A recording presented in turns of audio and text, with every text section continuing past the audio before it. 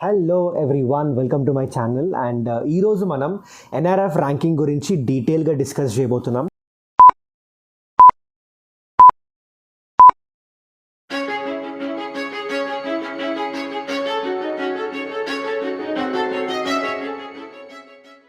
Basically ఈ NRF ranking గురించి లేటెస్ట్గా 2023 ఎన్ఆర్ఎఫ్ ర్యాంకింగ్స్ వచ్చాయి. అండ్ ఇంజనీరింగ్ కేటగిరీలో మీకు తెలిసిందే తెలంగాణ నుంచి ఆల్మోస్ట్ ఒక టాప్ 100లో 4-5 కాలేజెస్ ఉన్నాయి.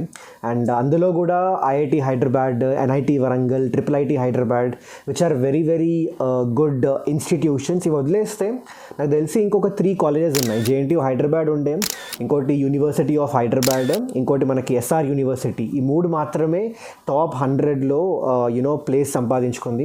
And shockingly very good colleges like CBIT, Vasavi, VNR Vignan Jyothi, Gokaraju Rangaraju ఇలాంటి కాలేజెస్ టాప్ 100లో లేవు. అండ్ దీని నుంచి ఏమైపోయిందంటే స్టూడెంట్స్కి కన్ఫ్యూజన్ స్టార్ట్ అయింది, పేరెంట్స్కి కూడా. బికాజ్ ఎన్ఆర్ఎఫ్ ర్యాంకింగ్ అనేది మన గవర్నమెంటే ఇస్తుంది. అండ్ గవర్నమెంట్ ర్యాంకింగ్లో విచ్ ఇస్ లైక్ గవర్నమెంట్ ఇస్తున్నప్పుడు అఫ్కోర్స్ క్రెడిబిలిటీ ఉంటుంది, అథెంటిక్ ఉంటాయి అనుకుంటాం. సో ఆ గవర్నమెంట్ ర్యాంకింగ్లో కూడా ఇలాంటి టాప్ కాలేజెస్ ఎంసెట్ ద్వారా వచ్చే టాప్ కాలేజెస్ టాప్ 100లో లేకపోయేసరికి అసలు ఈ కాలేజెస్ నిజంగానే మంచిగా ఉన్నాయా లేదా, అసలు ఈ కాలేజెస్ జాయిన్ అవ్వడం వర్తా కాదా అనే కన్ఫ్యూజన్ స్టార్ట్ అయింది. సో అందుకే నేను ఏం చేయబోతున్నా అంటే ఈ వీడియోలో అసలు ఎన్ఆర్ఎఫ్ ర్యాంకింగ్ ఏ పారామీటర్స్ పైన ఇస్తారు, okay, what are the parameters included through which NRF ranking is given, దాని గురించి డీటెయిల్గా డిస్కస్ చేద్దాం. మీకే ఐడియా వస్తుంది. అయితే ఎన్ఆర్ఎఫ్ ర్యాంకింగ్ సంబంధించే పారామీటర్స్ డిస్కస్ చేసే ముందు ఇప్పుడు యూజువల్గా మనం ఒక కాలేజ్ జాయిన్ అయ్యేటప్పుడు మన పారామీటర్స్ ఏముంటాయి చెప్పండి. ప్రైమరీ ఫ్యాక్టర్ ఏముంటుంది, ప్లేస్మెంట్స్.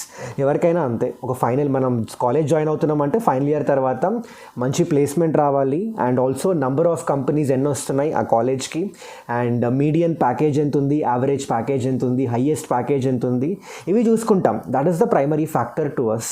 అండ్ ఇంకా ఈ ఫ్యాక్టర్స్ కాకుండా కాలేజ్ ఎలా ఉంది, ఇన్ఫ్రాస్ట్రక్చర్ బాగుందా, హాస్టల్ బాగుందా, ఫ్యాకల్టీస్ బాగున్నారా, కొంచెం రీసెర్చ్ ఆ సైడ్, పబ్లికేషన్స్, ఇవన్నీ చూసుకుంటాం. This are the most of the parameters ఇందులో మనకు కవర్ అయిపోతాయి మనం కాలేజ్ సెలెక్ట్ చేసుకునేటప్పుడు. కానీ అదే ఎన్ఆర్ఎఫ్ ర్యాంకింగ్లో ఈ పారామీటర్స్ కూడా ఉంటాయి. But let me tell you, ఈ పారామీటర్స్కి వెయిటేజ్ చాలా తక్కువ, మీకే తెలుస్తుంది నేను ఎక్స్ప్లెయిన్ చేసేటప్పుడు. సో ఈ వీడియో ఎండ్ వరకు చూడండి, ఆ తర్వాత మీకే ఐడియా వచ్చేస్తుంది. ఇంకోసారి ఎన్ఆర్ఎఫ్ ర్యాంకింగ్ చూసి ఎప్పుడు కన్ఫ్యూజ్ అవ్వరు.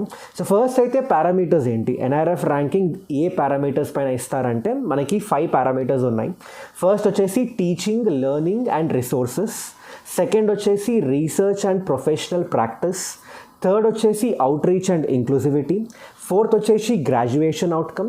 ఫిఫ్త్ వచ్చేసి పర్సెప్షన్. ఇలా 5 పారామీటర్స్ పైన మనోడు ఏం చేస్తాడంటే 100 స్కోర్లో ఈచ్ అండ్ ఎవ్రీ పారామీటర్కి సర్టెన్ వెయిటేజ్ ఉంటుంది. ఆ వెయిటేజ్ తగ్గట్టు మార్క్స్ ఇస్తూ ఉంటాడు ఆ కాలేజ్కి. సో ఫస్ట్ పారామీటర్ వచ్చేసి టీచింగ్, లెర్నింగ్ అండ్ రిసోర్సెస్.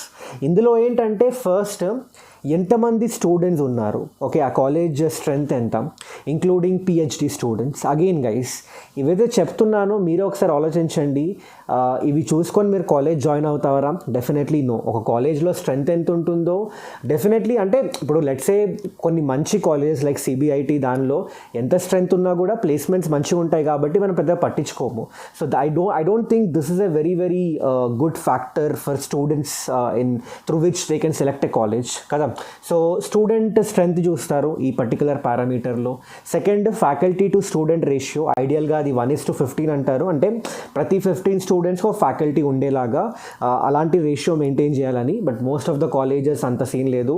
నాకు తెలిసి 1:60, 1:80 కాలేజెస్ కూడా ఉన్నాయి. ఓకే, ఆ తర్వాత మనకి కంబైన్డ్ మెట్రిక్ ఫర్ ఫ్యాకల్టీ, అంటే faculties A level of faculties ఉన్నారు, అందులో ఎంతమంది పిహెచ్డి చేసిన వాళ్ళు ఉన్నారు, ఎంతమంది మంచి రీసెర్చ్ చేసి మంచి పబ్లికేషన్స్ ఉన్నాయి, ఓకే, అంటే ఎక్స్పీరియన్స్ ఆఫ్ ఫ్యాకల్టీ, ఇవి కూడా కన్సిడర్ చేస్తారు. అండ్ ఫైనలీ ఫైనాన్షియల్ రిసోర్సెస్, అంటే ఆ కాలేజ్ ఎంత రెవెన్యూ జనరేట్ చేస్తుంది అండ్ ఆ రెవెన్యూని ఎంత ఎఫెక్టివ్గా యూజ్ చేస్తుంది, ఓకే, ఎంత మంచిగా యూజ్ చేస్తుంది కాలేజ్ కోసం అని, అది కూడా చూస్తారనమాట. సో దాన్ని బట్టి ఈ ఫస్ట్ పారామీటర్ స్కోర్ ఇస్తారు. సో బేసికలీ ఆ టోటల్ 100 మార్క్స్లో దీని వెయిటేజ్ 30 మార్క్స్. సెకండ్ పారామీటర్ వచ్చేసి రీసెర్చ్ అండ్ ప్రొఫెషనల్ ప్రాక్టీస్. ఈ రీసెర్చ్ అండ్ ప్రొఫెషనల్ ప్రాక్టీస్లో ఇందులో ఏంటంటే ఒక ఎన్ని పబ్లికేషన్స్ వస్తున్నాయి కాలేజ్ నుంచి ఆ పర్టికులర్ ఇయర్లో, ఓకే, ఎన్ని రీసెర్చ్ పేపర్స్ వచ్చాయి, ఆ రీసెర్చ్ పేపర్స్ రినౌండ్ పబ్లికేషన్స్లో ఎన్ని వచ్చాయి, okay, and also along with that patent rights అవన్నీ ఎన్ని వచ్చాయి, అవన్నీ కలిపి స్కోర్ ఇస్తారనమాట. దీనికి కూడా వెయిటేజ్ 30. సో చూసుకోవచ్చు 100 మార్క్స్లో 60 మార్క్స్ ఈ ఫస్ట్ 2 పారామీటర్స్కే పోయినాయి. అండ్ మళ్ళీ ఇప్పటి వరకు మనం ప్లేస్మెంట్ సినారియో గురించి, నంబర్ ఆఫ్ కంపెనీస్ గురించి, వాటి గురించి అసలు డిస్కషన్ కూడా రాలేదు, ఓకే. అండ్ తర్వాత థర్డ్ దానిలో గ్రాడ్యుయేషన్ అవుట్కమ్ అనమాట పారామీటర్. ఇందులో ఎంతమంది స్టూడెంట్స్ గ్రాడ్యుయేట్ అవుతున్నారు, ఎంతమంది స్టూడెంట్స్ పాస్ అవుతున్నారు.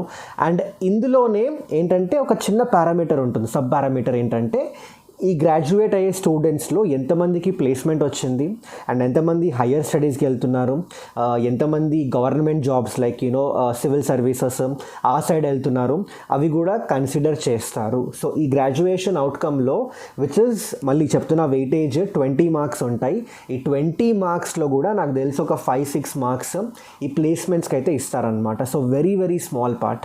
ఆ తర్వాత మనకి అవుట్ రీచ్ అండ్ ఇంక్లూజివిటీ. ఈ అవుట్ రీచ్ అండ్ ఇంక్లూజివిటీలో ఏంటంటే percentage of students from other countries or states. Let's say మీరు సిబిఐటీలో అవుతున్నారు, సో సిబిఐటీలో వేరే స్టేట్ స్టూడెంట్స్ ఎంతమంది ఉన్నారు, అండ్ ఆల్సో వేరే కంట్రీ స్టూడెంట్స్ ఎంతమంది ఉన్నారు, and also number of girls ఎంతమంది, అండ్ ఎకనామికలీ ఛాలెంజ్డ్ స్టూడెంట్స్, అలాగే సోషలీ ఛాలెంజ్డ్ స్టూడెంట్స్, అలాగే ఫిజికలీ హ్యాండిక్యాప్ స్టూడెంట్స్, వీళ్ళు ఎంతమంది ఉన్నారో దాన్ని బట్టి ఈ పారామీటర్ డిసైడ్ అవుతుంది. And let me tell you దీని వెయిటేజ్ 10 మార్క్స్. అండ్ ఫైనలీ పర్సెప్షన్లో ఏంటంటే మనకి 3 ఉంటాయి ఇందులో: peer perception, academic perception and employers perception అని.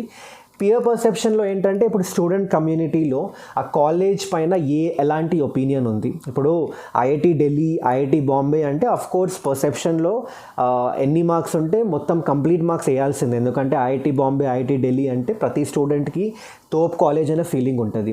బట్ అదే ఒక నార్మల్ కాలేజ్ తీసుకున్నారనుకోండి, డెఫినెట్లీ దానిపైన ఒపీనియన్ అంతగా మంచిగా అంత పాజిటివ్గా ఉంటుంది స్టూడెంట్ కమ్యూనిటీలో.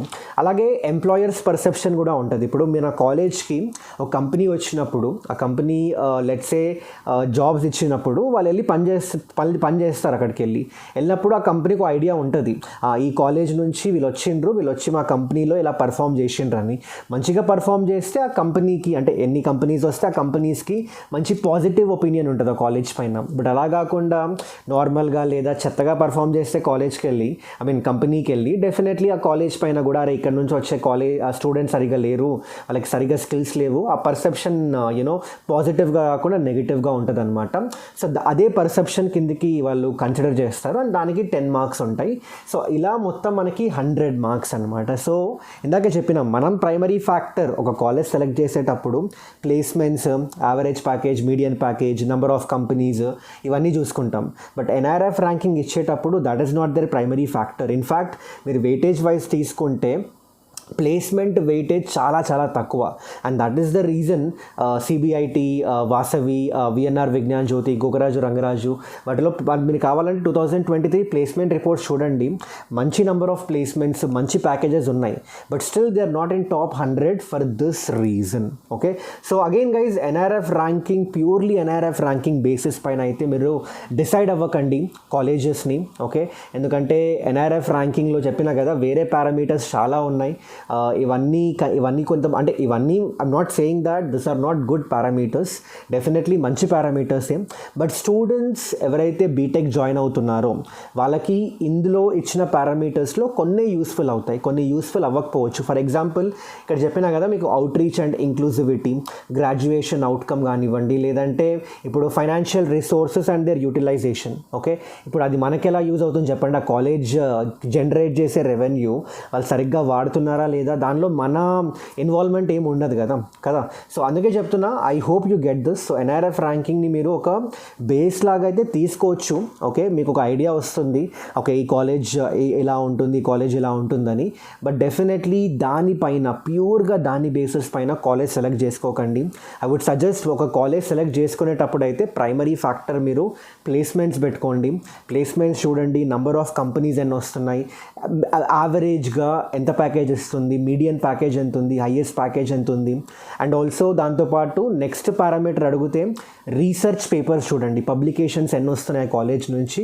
దాన్ని బట్టి డెఫినెట్లీ ఆ ఫ్యాకల్టీస్ ఎంత ఎక్స్పీరియన్స్డ్, ఎంత మంచి ఫ్యాకల్టీసో అది కూడా ఒక ఐడియా వచ్చేస్తుంది. ఆ తర్వాత ఇన్ఫ్రాస్ట్రక్చర్, కాలేజ్ ఎలా ఉంది, హాస్టల్స్ ఎలా ఉన్నాయి, ఓకే అవి కూడా డెఫినెట్లీ మ్యాటర్ అవుతుంది. So this are the factors. అంటే దీనిపైన మనం కాలేజ్ జాయిన్ అవ్వాలా లేదా ఒక ఐడియా అయితే వచ్చేస్తుంది. మిగిలిన పారామీటర్స్ అంతగా మీకు యూస్ఫుల్ కాదు. So I hope have clarified this doubt of NIRF ranking. So video నచ్చుంటే లైక్ చేయండి, షేర్ చేయండి, సబ్స్క్రైబ్ చేసుకోండి. అండ్ మీకు ఇలాంటి డౌట్స్ ఉంటే just let me know in the comment section below. I try to address them in my next videos. And చలో guys, till then take care. మళ్ళీ కలుద్దాం మనం ఇంకో వీడియోలో. బాయ్.